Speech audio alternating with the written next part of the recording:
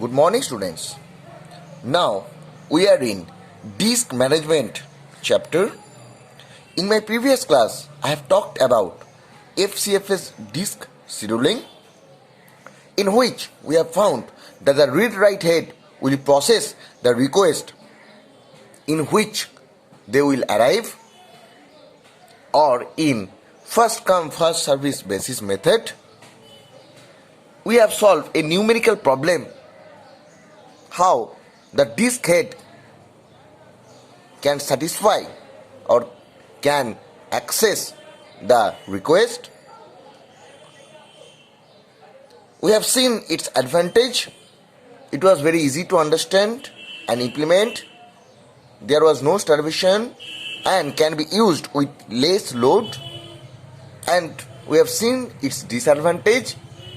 Its disadvantage were it require more seek time because the head movement will be a much amount time and the waiting time will be more. So we have found also this is an inefficient algorithm because the resources are not used properly, which is the basic requirement of operating system. Now to minimize the seek time, we are moving to shortest seek time first algorithm. So today's our topic is shortest seek time first algorithm. We will implement the SSTF algorithm with a numerical example. The numerical example was the previous one, but in previous topic we have solved this numerical example using FCFS scheduling algorithm, but here we will solve using SSTF. SSTF means shortest seek time first. Now what is SSTF? In first come first service, we have seen the request will be processed in first come first service basis, but in SSTF the request will be solved in locality of reference principal method, or the next request will be processed will be the closer to the current servicing request by the read write head. So we'll now go to the depth by this numerical example or by solving this numerical example. So here the numerical example tells that there are 200 cylinder, that means there are 0 to 199 track are there, and the queue is of this request, so we will make it in an ascending order. So first come foreign, then 41, then 65, then 67, then 98, 122, 124 and 183. So we make this request in an ascending order. Now the head is at 53. So the head, suppose in between 41 and 53 there is the head position. Now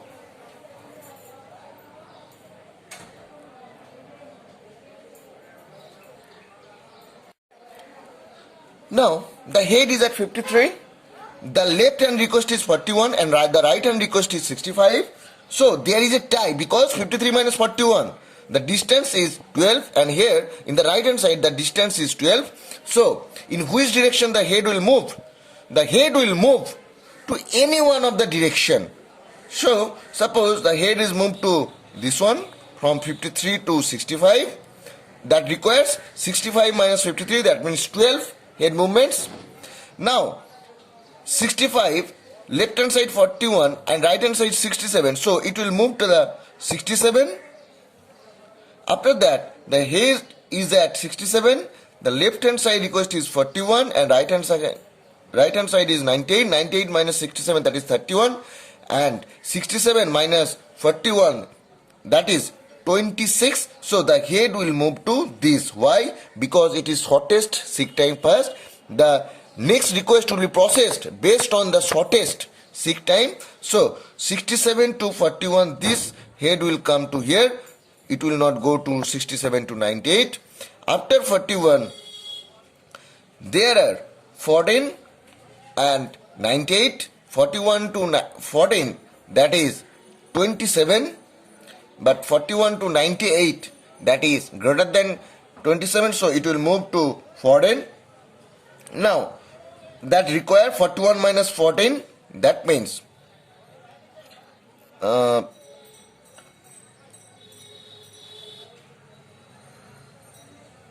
27, and when it was moving from 65 to 67, that means 2, and from 67 to 41, it required 26, and from 41 to 14 it requires 27. After that, from 27 it will move to 98, so that require 98 minus 14, that means 84. After that, 122 minus 98, that means 24. Next, 124 minus 122, that means 2, and 124 to 183, that means 59. So, in case of shortest seek time first, the head movement will be look like this one. So, total head movement will be, we will have to add all these head movement. So, we will add this 12 plus 2 plus 26 plus 27 plus 84 plus 24 plus 2 plus 59. So, we will get the total head movement. So, this is the SSTF algorithm, how it works. Now, when you will calculate this total time, you can find that it is the minimum amount from the FCFS. Now, what we have studied from, or what the idea we have got it from the SSTF numerical problem. Number 1 point, it services the request which is closest to the current position to the read write head. We have seen this application in the numerical problem. Next, if there is a tie between the left hand side request and the right hand side request, then the tie is broken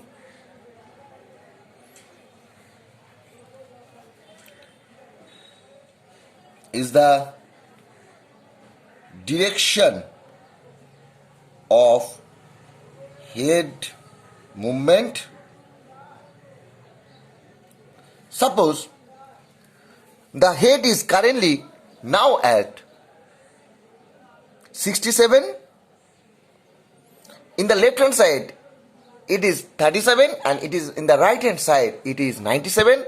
So the left hand side distance is 30 and right hand side distance is 30. So it will move to any one of the directions. So suppose it will move to the right.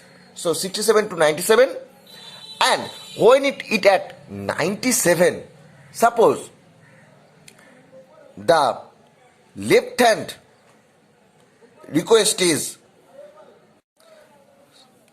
95 and the right hand request is 99. Now how the 95 comes?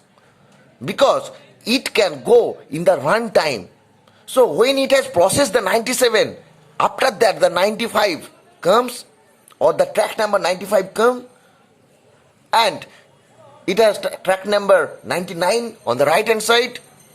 As it is follows the right direction, so it will not come to the back direction or reverse direction, it will move to 99. By this way, the tie is broken in the direction of head movement. Now we are coming to its advantage. Advantage will be very efficient seek moves. Number 2, less average response time. And number 3, increase throughput. We have seen from the numerical example that this total head movement is less than the FCFS. That's why it is very efficient in seek moves. Less average response time, as the seek times is very less, so the response time and the average waiting time will be less. So response time as well as waiting time to satisfy a request will be less. And when the efficiency is increasing, that means it will increase the overall throughput. I think you know what is throughput. Number of tasks completed per time unit, that is known as throughput. Now we are coming to its disadvantage. The first disadvantage will be overhead to find out the closest request. That means it will often calculate the left hand side request and the right hand side request, and that will make the overhead to find out the which is the closest. So that is the first point. Now the second point is request which are far from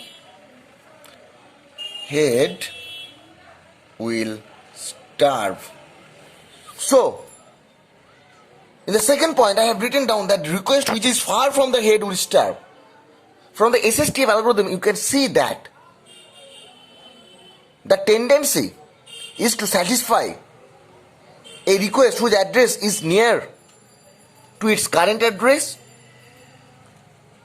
So it will always try to service the request whose address are near to one another. For that cause, the requests which are far from the head will not get chance to get off the CPU.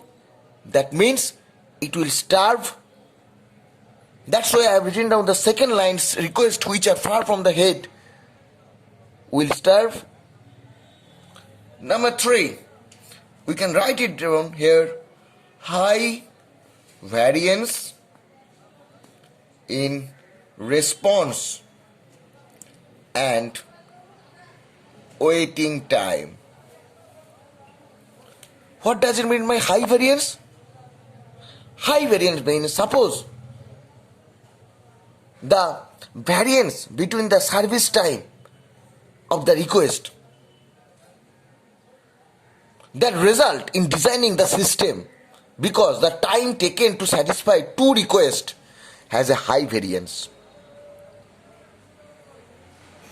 In real system, there is an assumption of the worst time taken by a process, but here will be feel very difficult to assume the worst response time. So this is the disadvantage of SSTF algorithm. Now the time come to conclude our today's lecture. Today we have seen what is SSTF. Unlike FCFS, it will service the request which is closest to the current position to the read write head. We have seen its advantage. Its seek time is less than the FCFS. It has the less average response time and the waiting time, and it also increases the throughput. We have seen the disadvantage of this SSTF. The overhead to find out the closest request, requests which are far from the head will serve, and there is a high variance in response and waiting time. We have solved a numerical example to understand the working algorithm of SSTF. In my next class, as a remedy of disadvantage of SSTF, we will move to another algorithm that will be your scan algorithm.